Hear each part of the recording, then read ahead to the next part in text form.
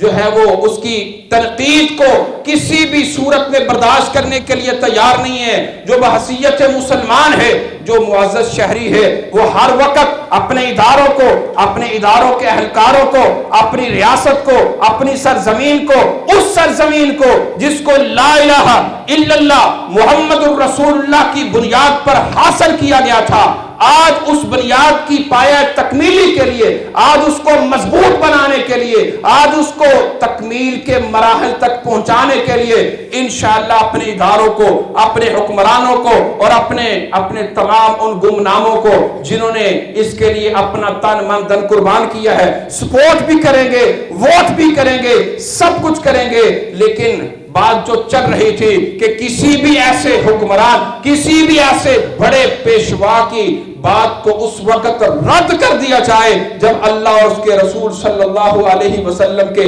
مقابلے میں بات کی جائے. اللہ سے دعا کرتا ہوں کہ جو حق کہا ہے، سچ کہا ہے، مجھے اور آپ کو سمجھنے کی توفیق عطا فرمائے. آج کچھ باتیں، کچھ جو ہیں وہ احکامات انتظامیہ کی طرف سے آپ تک پہنچائے جائیں گے.